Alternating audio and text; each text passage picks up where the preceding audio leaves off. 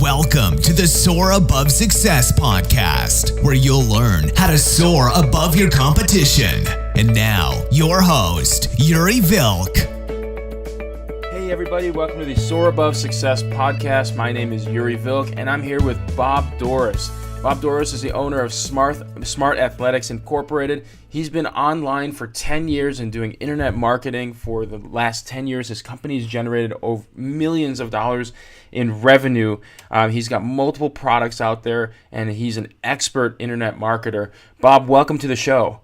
Thanks, Yuri. Glad to be here. Great. So I want to first start off, why did you choose to work from home on your business, and what was that sort of inspiration that sparked it in the beginning? Well, long story, but I'll try to keep it short. First of all, I hated working for other people. It's just not me, and it really showed that I didn't really become successful until I was fully just working for myself. But working from home really became necessary at a certain point. When I was running, I'm an acupuncturist physician in a previous life, and I was trying to run a clinic and had my elderly father living with me. And trying to take care of him while going out to work, and my wife was going to work, we couldn't do it. So I had to start bringing my patients home, treating them from my home, and I just realized that I've got to work from home. So but that just didn't work out. So I started looking, well, what can I do online? I don't have to have people walking through my house while I'm here. And that kind of all started off. Also, I sort of came to the conclusion that you're just not going to get wealthy working for somebody else. Yep. And you're going to have to work hard, no matter, what you do. If you're a bricklayer or you're, whatever job you do, you're going to work hard. So if you're working hard at your job, you're working to make somebody else rich, right? Absolutely, yeah. If you're working hard on yourself, if you're trying to improve your knowledge, build a business, whatever, you're working to make yourself rich. Yep. So the choice between the two kind of becomes obvious, Yeah, that's definitely something that I resonate with, and I'm sure a lot of people who are listening are resonating with this as well. You get that sort of itch when you're working for somebody else, and you're thinking to yourself, why am I doing this? Why do I put in so many hours, and you only get that paycheck every 2 weeks? It just doesn't make any sense. And then there was other times where you're sort of a slave to your own business, and you're just trying to find an escape strategy that you can start working from home and you can spend more time with your kids and spend more time with your family. I think that resonates a lot with many people who either own their own business or are currently working for somebody else. It's sort of the American dream, if you will. Right. Yeah, you're trading 5 days of going out of the house, going to a building somewhere for 2 days on the weekend. Yeah. Those 2 days are usually spent trying to catch up on housework and dishes and everything. Actually you get a day and a half because Sunday night starts rolling around. You go, I got to go to work tomorrow. And it kind of bums you out, and you got to start getting ready for the work week. It's just not a good trade-off. Right. It's ridiculous. Yeah. They definitely don't have a lot of time when you're working for somebody else. And those were the days when I was working for someone else. I only had a couple hours a day at the most to get working on my own products, get working on my own business. And then when I would finally have the weekend, I'd be so exhausted I wouldn't be able to even focus or do anything else. I would just be, pooped. That was a transition for me as well.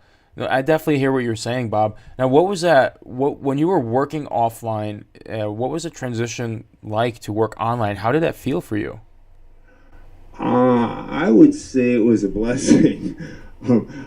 I had always seen working for myself and working from home as a dream, a dream job. For some reason, ever since the time I was young, I thought people could do that. We're so lucky. I remember hearing this programmer that she was allowed to work from her house 3 days a week. She had to go to the office twice, and I thought, wow, what an incredibly lucky person. That's how bad I hated going out to work. Mm-hmm. So when I actually was able to do it, it just blew my mind. And actually, not as it's tough, but I think when you think of something as a dream that only you tend to think only other people can do it, and the reality is you can probably, if somebody else can do it, you can do it for sure. Yeah. I mean, there's plenty of room.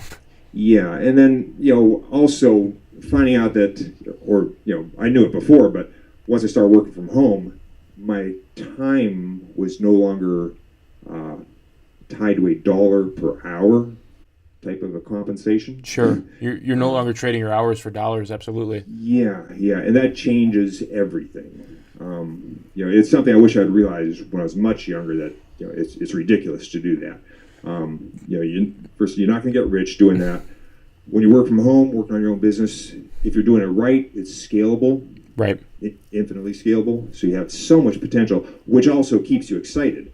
When you know that you're doing the same thing day after day, maybe you're going to the office and you know how much you're going to make that day. That's it's a dry life, in my opinion. There's nothing exciting to look forward to. Whereas I wake up in the morning and go, okay, this little tweak I did to my business last night, did I increase my sales by 20% this week? Am I going to make more money? It's exciting. Mm-hmm. Yeah. Some of the most exciting times, my wife works with me in this.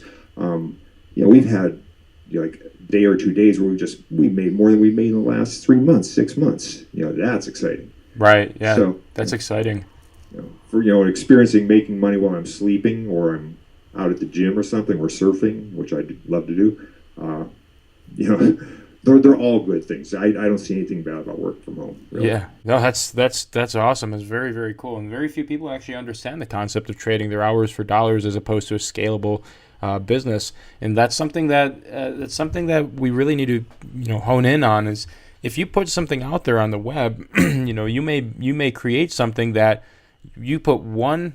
Let's say we'll put 1 unit of effort into this project. That 1 unit can be magnified, dozens and dozens and even thousands of times on the web. Creating this one thing that you've done can be seen by even millions of people, and that's the key of scalable marketing. You have something that you create one time, and you put one piece of effort into it, and it magnifies your bank account, and it also you can keep creating that content and keep doing that over and over again. It's just amazing that you can layer and stack on everything that you build online, as opposed to when you go into the office, you only know you can put 1 hour in and you get X amount of money out.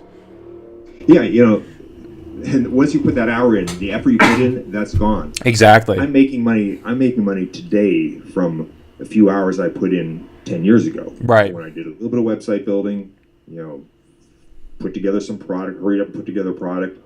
I still make money from it. Yeah, it's infinitely scalable. I definitely see where you're coming from. Now, Bob, that's really good that you finally got to that point that you're working from home, you're surfing, and you're enjoying your life, and I think that's where everybody should get to eventually. But so, what is your business, and what is it that you're actually doing for the online market? Like, just give us a brief rundown of what it is that you're actually doing. I have no idea. I just watch the money come in. Right. We have, I guess you could say we have a number of different models going on, because some of them started many years ago and some are in the process of being built out right now. Uh-huh. So we have a mix of physical products that we have drop shipped for us. And that is pretty scalable, but there is a physical component to it, which does, there's some problems there, because our drop shipper will get a month behind in orders for us, and that causes some stress, but it's still not bad. And then there's digital things that we create, more info type of products. Mm-hmm. With continuity membership sites, so we're doing those. So I'd say we have about a 50-50 mix. I kind of started with physical products and then created a digital product that still sells pretty well, but did that as a one-off purchase, and now we're doing more products tied into membership sites. Very good. So you're doing the whole internet marketing thing. You're doing funnels. You're doing you're building a list. You're sending emails out to that list. You're segmenting those emails. You're doing everything that you're supposed to be doing as an online marketer. Is that right? Yeah, those are all the skills. Some of the skills that you need Yeah, we do all that. Email marketing is a huge part of what we do for sure. Of course. And that's a lifeblood of any business that's online. You have to have that email list. You have to communicate with that list regularly in order for them to convert and monetize for you. Now, what is the main niche that you focus on? It's mainly the martial arts niche because that's just where we started. It's where I came from. Mm-hmm. So I started when I'm 57 years old now, or 58 years old. Started back when I was 15. So sure, had a long background. So it's kind of normal to gravitate towards something like that. And some of the other things I'm doing, other niches I'm going into, are things that I'm familiar with too, like the music niche and health niche, just because I have backgrounds in those. But I don't think it's required to have a background in something to be able to work in it, if you're really smart about it. But anyways, I would say our main one is the martial arts niche. You got into the martial arts niche naturally because this is something that you were passionate about in the very beginning as a child?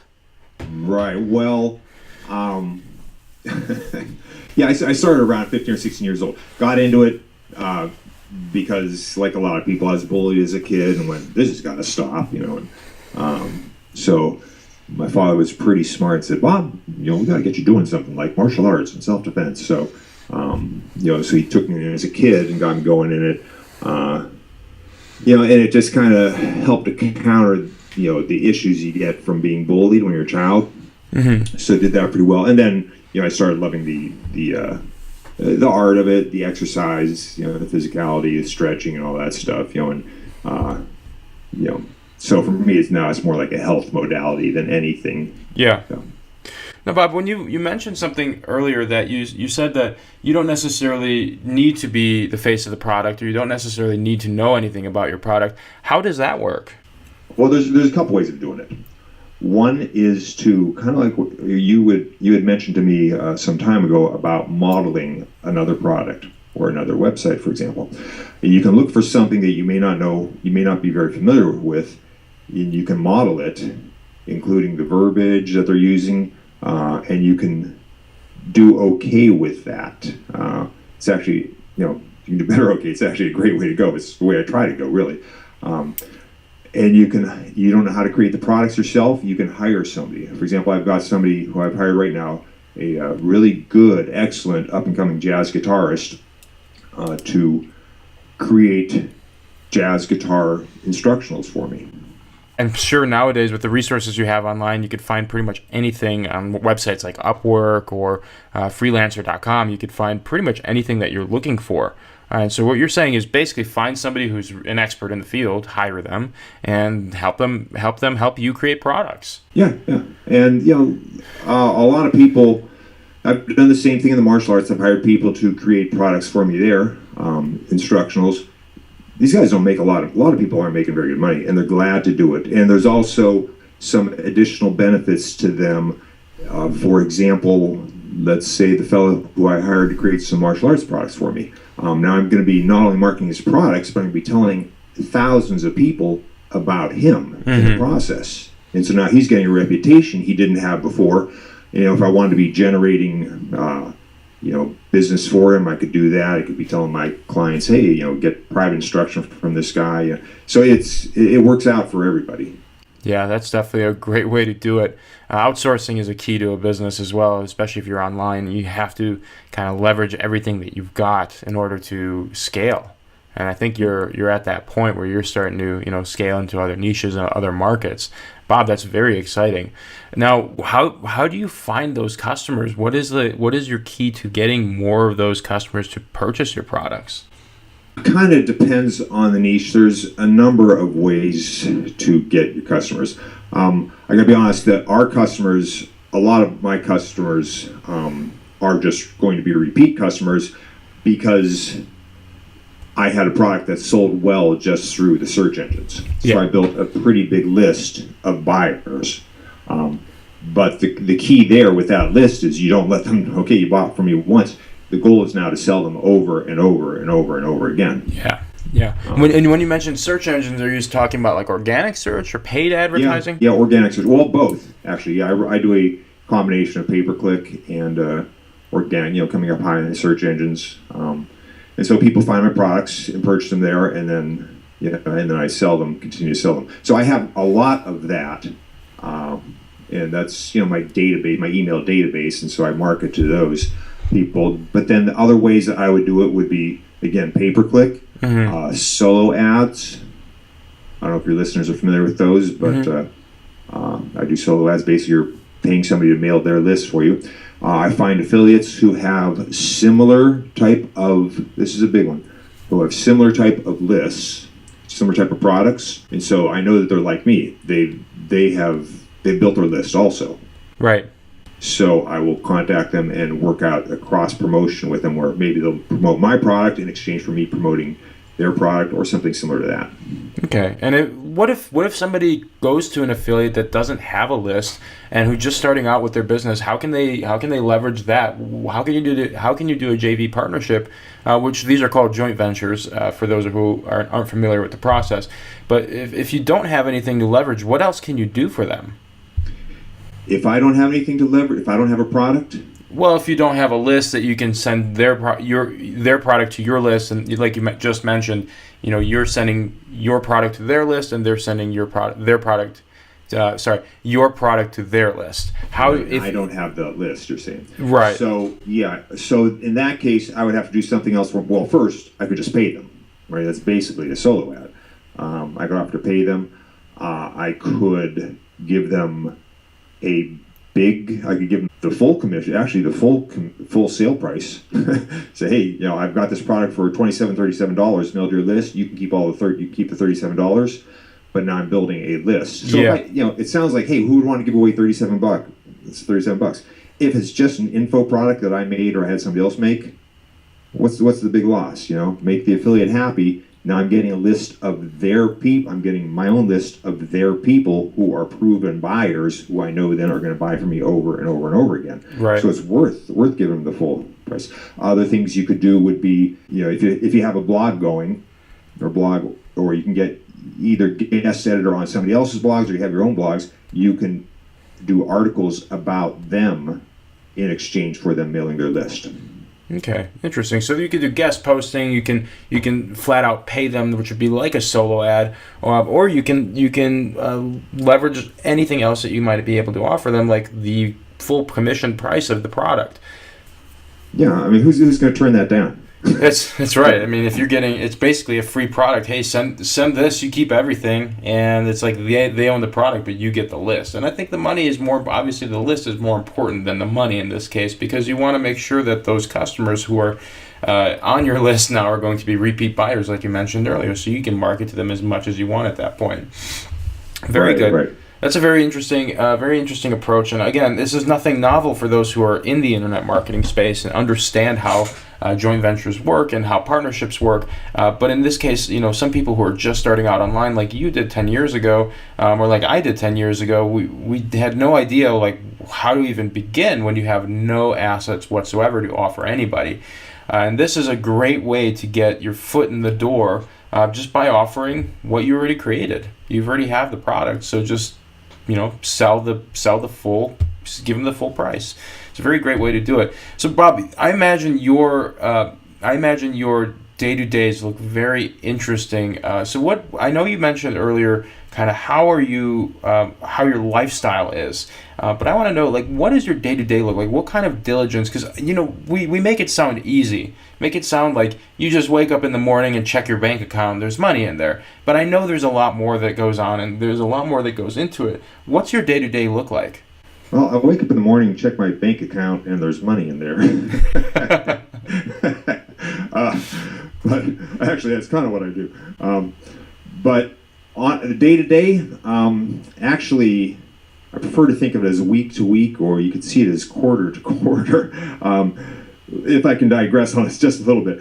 Sure. The day-to-day is determined by bigger things, is determined by something else. So we start with our big goals. What's our big 5-10 year goal? Okay, so you got to determine the smaller goals that make that up, and then you keep breaking those down, and that's what determines your day-to-day tasks. So, we started off with, our like I said, our 5-10 year goal that gives us a loose vision of what we want to get. We want to get a big house up on the beach, and then our quarterly meetings that we have to have every 3 months. We have quarterly meetings to make sure we're working towards those day-to-day goals, or towards those big goals. And then our weekly meetings, which if any of your listeners are not having weekly meetings, shame on them. I could talk to them about that forever, but they're hugely important. And then those weekly meetings, that's where we determine our daily tasks. Okay. So, and then, a typical day then for me is, get up 6:30 in the morning, work out, shower, eat, go look over my tasks for the software that I use to organize my tasks. I reorganize what needs to be done for the day, and then I work on time blocks, and I use a timer. And I set my timer, ready, set, get myself amped up, ready to go, and then boom, turn the timer on, and I'm off and running. Wow, so you're actually very structured and very rigid in your organization with your day-to-day, which is, you have to be when you're working for yourself. There's no one who's going to tell you to come in or clock in or take any time to do something. You have to be the one on top of that.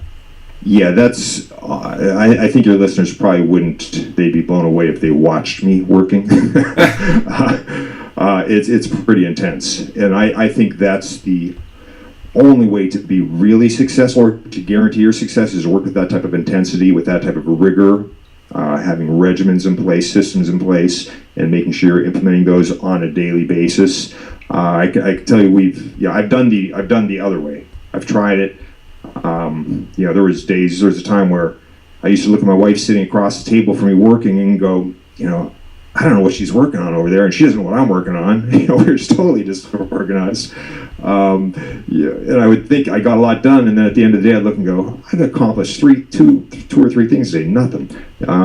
Whereas now, using the approach that we use, and I use a boxing timer. It's set to rounds.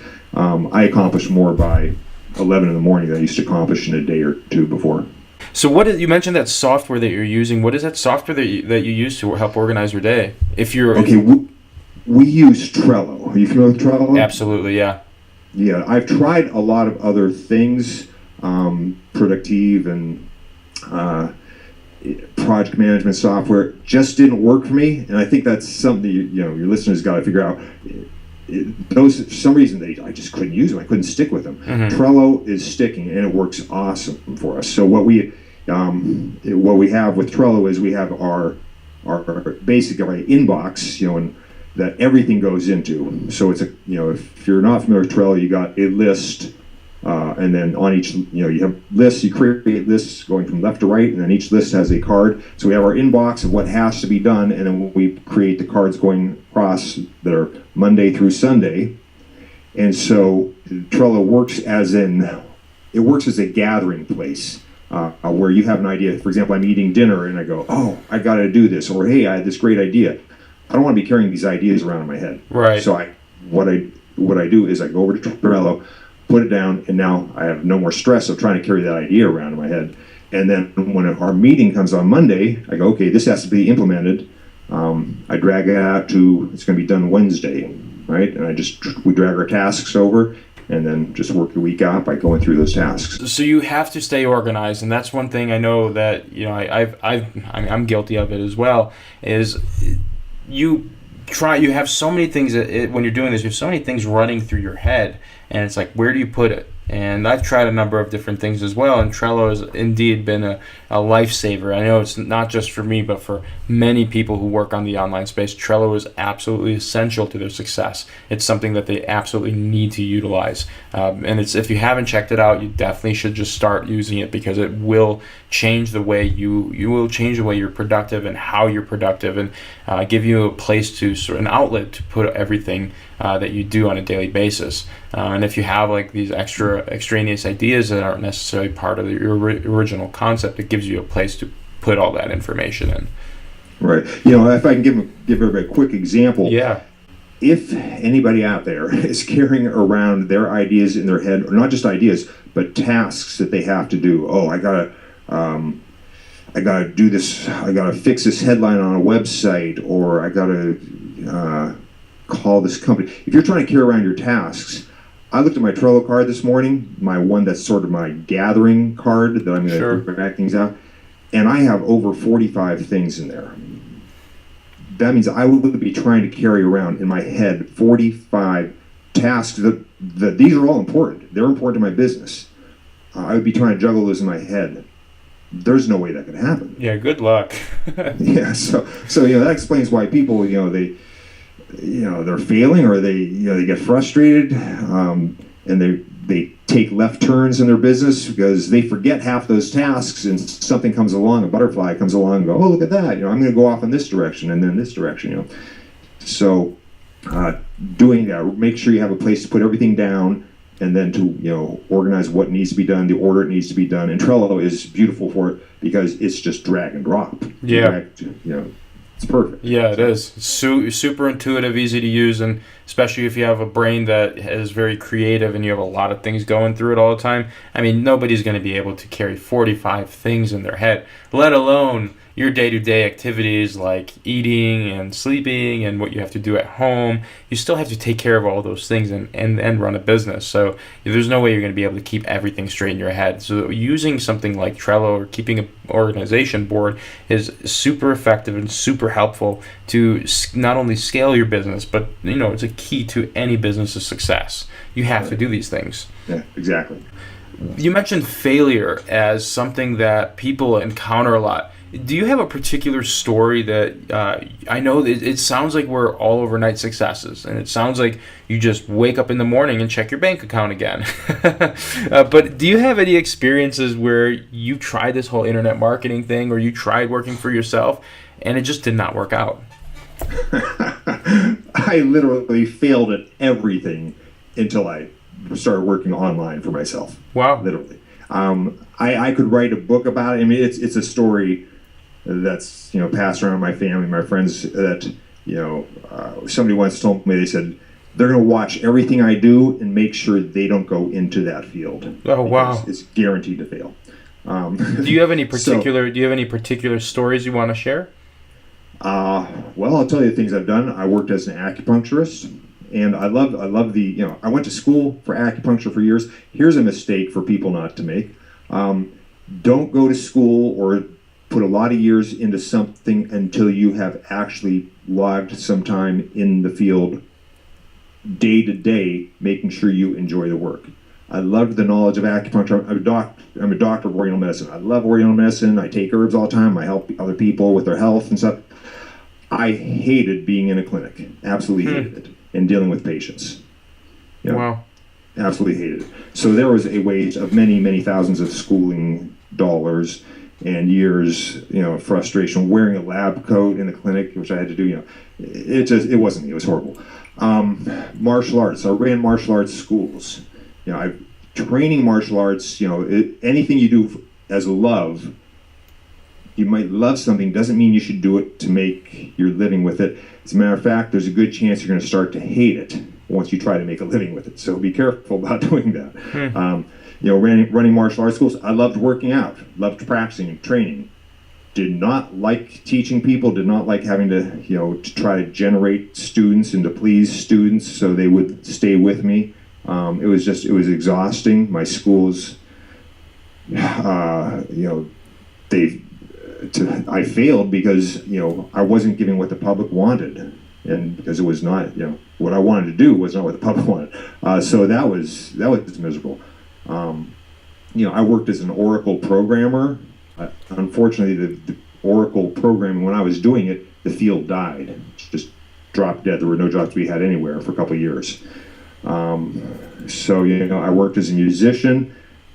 Musicians are notorious for, they love music, and they're out trying to make a living playing music. Music doesn't pay so well. Yeah. I worked as a musician for like 12 years. I tried everything. I was a bartender, hated that. I worked in real estate appraising for a little while. That didn't work for me.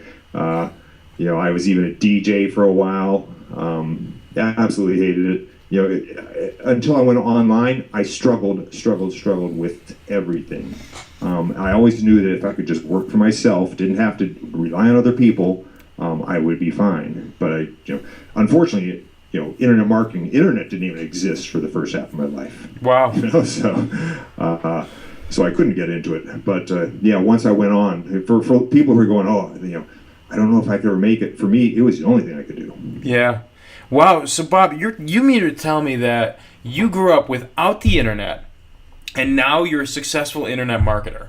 A lot of people think like you have to have all this technology, all this know-how. You have to learn how to code, how to program, how to do all these things to be a successful internet marketer. When in reality, my take on it is, no, you just need to start taking action. You need to start building a direction for your company and your future, as opposed to sitting there and floundering, listening to all your coaches and listening to all the people who have, some sort of insight for you when nobody really has a clue what they're doing. I mean, nobody who would be super successful on the internet would be wasting their time doing coaching or any sort of counseling with other people, because we also have to understand they have a lifeblood and they have a business, and that's their business, is to keep other people motivated. And that's their clientele. So, I mean, that's a lot of people get stuck with that mentality that they think they need to have all these resources to be successful. But here we are speaking to Bob, who grew up without the internet, and now he's crushing it. Yeah, well, I was strictly self-taught for the first half of my internet marketing career. Yeah. And I wasted a lot of time like that. As you said, it's very, very hard to find a business model that actually works. There's so many things thrown at you, and if you're on internet marketers mailing lists, you'll get daily or hourly emails about the next greatest business model or product that you need to become successful. And you buy those, and they usually don't work for you. I tried a lot of things, and eventually, taking enough courses, I studied just many courses, and I did hire mentors. I hired a lot of people to teach me. Mm-hmm. Some of it was good. I've been scammed before. I've spent thousands of dollars and really got useless information from it. And I have spent thousands of dollars and actually learned good, effective business models. Mm-hmm. I would suggest two things, for somebody who's really trying to get going in it. One is, if you can find somebody that is willing to teach you how to do it, go for it. Don't miss that opportunity. It's difficult because there's a lot of people who it's like, if they have the ability to make so much money, why would they spend their time coaching you? So you got to work through that. You got to figure out why they would be willing to coach you. You got to take a look at their business, have them prove to you that they have a business model that they're making good money with, and that they're going to turn around and teach it exactly to you. Right. Although, it may not be that hard to find somebody, because there are very approachable, successful people out there. Mm-hmm. I think a mistake a lot of people make is they're surrounded by people who are successful, and they never say, hey, can you show me how you did it? Right. Right? Crying out loud, if somebody approaches me, and I'm at the point right now I really can't, but up until fairly recently, if anybody approached me and said, Bob, would you share how you make money online with me? I would have been flattered. Yeah, sure. Yeah. Because it's like I get a new friend, somebody to bond with, somebody who will have the same interests as me. And I think a lot of people feel that way. The reality is most people who are successful that I've ever talked to, I say, have you ever had people ask you to teach you, and they go, no. People they'll ask me for a loan, but they won't, they don't want to know what I do. They don't want to put in the work I do. So, if you're willing to put in the work, then find people who are already succeeding and go ask them. If they won't do it for free, then ask them how much you got to pay them. I paid a guy recently $10,000 to teach me some stuff, but I have made way more than I paid him. So yeah. So that's one thing. The other thing I really, really recommend is, if rather than coming up with your great idea, I've done this. I had a great idea. I spent 2 years building this product, right? And then, trying to sell it. I never made the money back on it that justified those 2 years. Okay, I'm not a big fan of coming up with the latest, greatest thing and trying to implement. I'm a much, much bigger fan of looking for something that is massively successful and then imitating it as closely as you possibly can. I think that's a real key to success, the fastest road to success. Because I'm not sure what the statistics are, but I wouldn't doubt that there's less than 5% of the people who try to make a living online are successful. Mm-hmm. But I would say if a person goes in looking at a very successful business model and learns the tricks to reverse engineer it to, see, look how that model, what is that full model? Buy their products. Go to search or websites where you can see how they're running their ads, so you can learn everything about what they're doing. Subscribe to their mailing list. It's hard to hide the business online, right? A successful business. So if you can look at something successful and you model it, I think you take your chances from less than 5% to maybe 75% or greater that you're going to succeed. And that's something that many people don't realize, that all you have to do is look them up. And as soon as you're on their website, more than likely they're going to inject a cookie or some sort of a browsing cookie on your machine, and then their ads are going to follow you. You don't need to do a deep dive in advertising research for your competition. All you have to do is visit their website and take a look at their retargeting ads. That's going to be, most of their advertising dollars right there, and they're doing it directly to you. Right, and for crying out loud, they may have spent the last 5 years split testing headlines, perfecting their ad copy, or their website, everything, tweaking everything to get it to a point where it's successful. And you can just look at it and go, oh, that's my starting point. Yeah, and that's where you start, and that's where you can elevate your business and make it even more successful than theirs just by modeling what they've already done. Because let's face it, this is a very common example with Burger King and McDonald's. What is McDonald's spending all of their money on? Well, that's market research and identifying the best placement for their company. Where are they going to put their next franchise? And what does Burger King do? They wait for McDonald's to put their next franchise wherever they're going to put it, and they build one across the street. And so that's sort of, and they're just right. They may not be as successful as McDonald's, but hey, they're still a Fortune 500 company, and they're still on the list. And frankly, I would rather have a company that I started without the failures of Ray Kroc than something like than having something like McDonald's where I failed numerous times. At least you have a company. Now, don't get me wrong. I'd rather have, in either case, I'd like to have one of those companies to begin with. Yeah, that would be nice. But if it comes down to it, and you only have the assets of visually copying somebody, then hey, that's what you can work off of, and that's where you can start building an audience off of. And I think that's a really key thing to really understand is you don't necessarily have to have that idea. All you have to do is follow somebody who's already successful and just I'm not saying copy them, but model their business and their strategies and implement it on your own. Yeah, the idea of coming up with something new, you're the next Facebook, for example. Well, yeah, it's a romantic idea, but those people who do that, they're the outliers. They're not the norm. Right. So it's not that hard to find something online that is successful and then just look and go and just see how they did it. It's really not that tough. Right. And that's something that's really important. Like there's more than one way to do this, and we have a lot of technology at our disposal now, like email, like Skype, and communication, and many ways of communicating that we didn't have available before. So getting in touch with that person, it's super simple. As an example, one way you can get in touch with somebody is, look up their Whois information, and most likely, if they haven't figured out the web yet, their information's right there. You can contact the owner of the company, and their cell phone's right on the web. All you have to do is pick up the phone and dial it, or send them an email and see what happens. And at that point, you're dealing with a more direct approach to that business owner, as opposed to what we had to do before, which was go into white pages or yellow pages and actually investigate who's the owner and figure all this out, gather all this intelligence. Now you can just Google it. Yeah. Well, I was recently, dealing with somebody who I'm coaching who was asking me for what type of product should he make. He just couldn't think of anything to make. Yeah, and I said, well, let's capitalize on somebody else's research. So, I sent him to dummies.com. I said, okay, go into your niche, look it up, search dummies.com, and see if there's any books that have been written on that specific topic.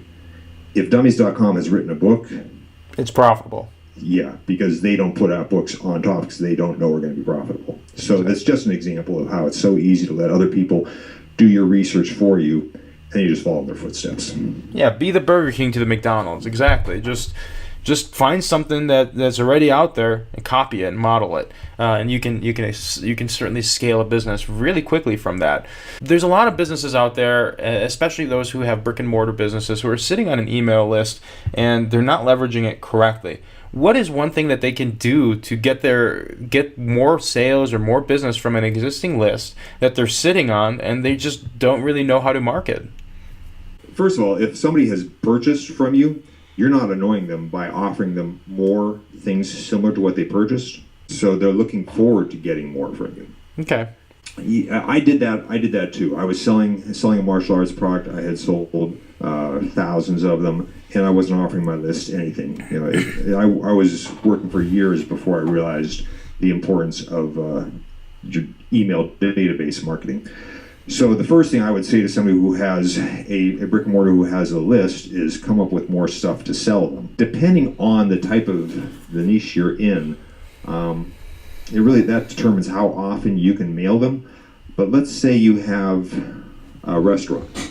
Yeah. Okay. On a weekly or bi-weekly basis, you can easily tell people about your specials.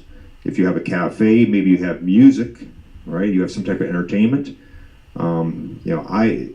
If some local cafe here wanted to tell me at 5 o'clock on Friday that they have a band starting and got a free keg, drink till they drop for $5 at 7 o'clock Friday night, there's a good chance my wife and I are going to go, yeah, let's go. She'll drink the beer if somebody's interested in something, it's hard to annoy them by telling them more and more and more about what you have to offer them. Sure. Yeah. Now, if you're doing, if you're selling homes or insurance or something, no, something really big ticket, you don't want to be approaching them that frequently. So it really depends on niche, but the first thing you got to do is just get comfortable with mailing your list more. You've got to come up with stuff to sell them, and you really want to be building, coming up with things to sell them strategically too. Make sure if you get, don't just go, oh, here's a $47 product, thank you very much. Start with maybe a $17 product, and then upsell them. Hey, if you like that, want to get 3 more like it for $47? And then you got to use upsells and downsells and be trying to get them on some type of continuity program. So you really are maximizing the lifetime value of each person on your list. Mm-hmm. And that goes into a different conversation. Maybe we can discuss this at a different time. Maybe we can have you on again to talk about funnels and how to build the upsells and the downsells for that funnel. But that's a very traditional funnel approach. And I know there's a lot of resources that can help you with that online. Bob, I know we're getting close to time here, and I just wanted to thank you so much for being on the show. The information you provided here is absolutely invaluable. I think we can all take a huge lesson from your diligence and your expertise in that, first off, you don't have to be an expert internet marketer to start. You just have to start to become an expert. And you also have to first kind of figure out what it is that you want to do and how do you want to frame your life and create that plan. And again, we all have to be, I wish I could be as maybe 10% as diligent as you are with your day-to-day, Bob. Your diligence is extremely enlightening, and I think we can all take a lesson from that. Bob, again, I want to thank you so much for being on this chat. It's been an absolute pleasure getting to know you and getting to know a little bit more about your business. Do you have any final closing comments for somebody who's maybe struggling, wants to get this going, really doesn't know how to get going? Okay, the things I would suggest, these are huge topics on their own, but I'm just going to give you a real quick rundown. I had already mentioned, find a mentor. Don't try to figure it all out on your own. That's going to save you years of time. Even if it costs you, it's just an investment. It's not an expense. Have huge goals, because otherwise, if you don't have big goals, you're going to set low. Your goals are low, and so you're only going to do activities that would help you reach these smaller goals. If you have a big goal, then that will just immediately eliminate some of the smaller activities. For example, I'm coaching a guy, he's a hip hop artist, his goal is to make $1 million a year. He's never going to get there by playing in local bars. So he's just wiped that totally off his slate of things he's going to waste his time doing. And he's going after thousands of social media followers. Okay, he's doing it successfully. So that comes from setting a big goal. I mentioned before, don't create, don't try to make up new stuff, imitate. Find people who are successful and follow them. Right. I would say, we already talked about this, don't carry your ideas around, your tasks around your head. Use Trello, use something to write them down. The idea of don't be constantly trying out new business models. Find something that works. There's a certain point where you don't want to be beating a dead horse. But once you get some momentum on something in your business, you don't want to change directions. It's called the flywheel concept, a huge flywheel. It takes a lot of effort to get a flywheel moving. It's a big wheel and you're trying to get it spinning. Once it's spinning, it's hard to stop. Yeah. Once you put momentum in your business, it's hard to stop it. If you try to stop it and go a different direction, you're just not, it's a huge waste of your energy momentum. The other things we talked about, time blocking, working against time or working with a sense of urgency. Every time you hit that computer, if you don't have a sense of urgency, step away from the computer and come back when you do. Yeah. Move fast on your projects. Right? Progress is really made in spurts. There is a, you do build over time, but we got to move fast on things. If you lose momentum, you're probably not going to be successful. You got to keep excitement and momentum. And last thing I would say is, if you're going to be putting yourself out there online, you're going to have a lot of things negative said about you. It just happens. You can't be successful without somebody trying to shoot you down. Mm-hmm. So if you're not being criticized in some way online, you're going too small. Very good. And that's some good advice. I know a lot of people are afraid of that, and it's something that you could just ignore and move past, because ultimately you're the one who's making the money. This has been a privilege to have this opportunity to have you on the show. Thank you so much for your time, and hopefully we can have you on again.